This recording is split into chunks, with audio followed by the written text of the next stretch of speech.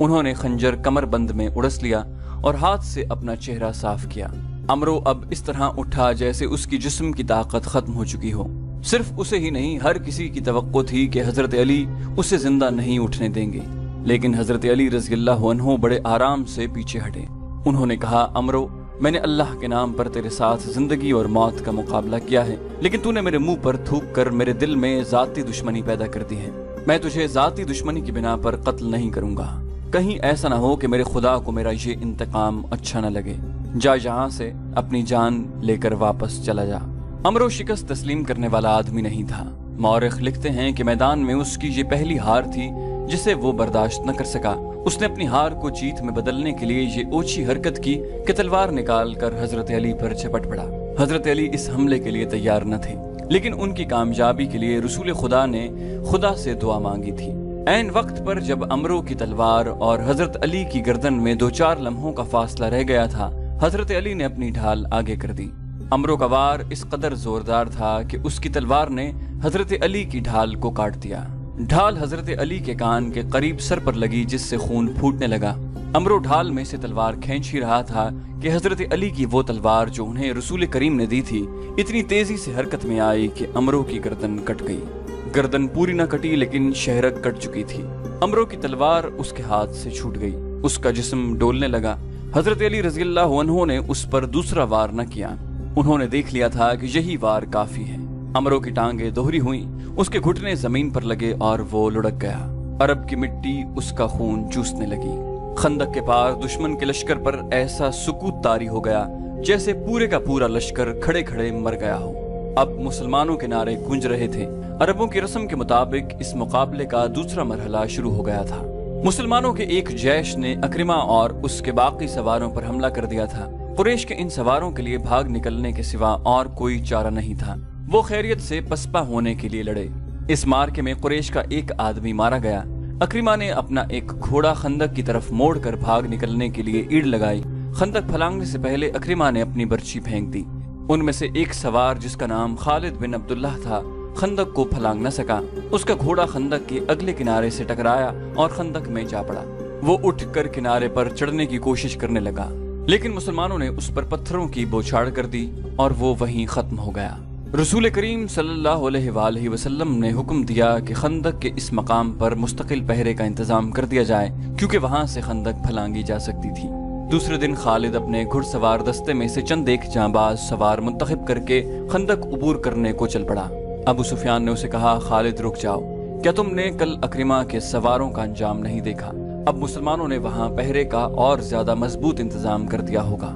کیا یہ بہتر نہیں کہ لڑے بغیر واپس جانے کی بجائے تم میری لاش میرے گھوڑے پر رکھ کر مکہ لے جاؤ؟ خالد نے کہا، اگر ہم ایک دوسرے کے انجام سے ڈرنے لگے تو وہ دن بہت جلد طلوع ہوگا جب ہم مسلمانوں کے غلام ہوں گے۔ میں تمہیں نہیں روکوں گا میرے دوست، اکرمہ نے خالد سے کہا، لیکن میری ایک بات سن لو، اگر تم میری شکست کا انتقام لینے جا رہے ہو تو رک جاؤ۔ تمہیں قریش کی عظمت عزیز ہے تو ضرور جاؤ۔ آج مدینہ کی طرف جاتے ہوئے خالد کو وہ لمحے یاد آ رہے تھے۔ اسے نہ اس وقت یہ خیال آیا تھا نہ آج کہ وہ یہ جانتے ہوئے بھی کہ خندق عبور کر کے بھی مارا جائے گا، نہ عبور کر سکا تو بھی مارا جائے گا، وہ کیوں خندق کی طرف چل پڑا تھا۔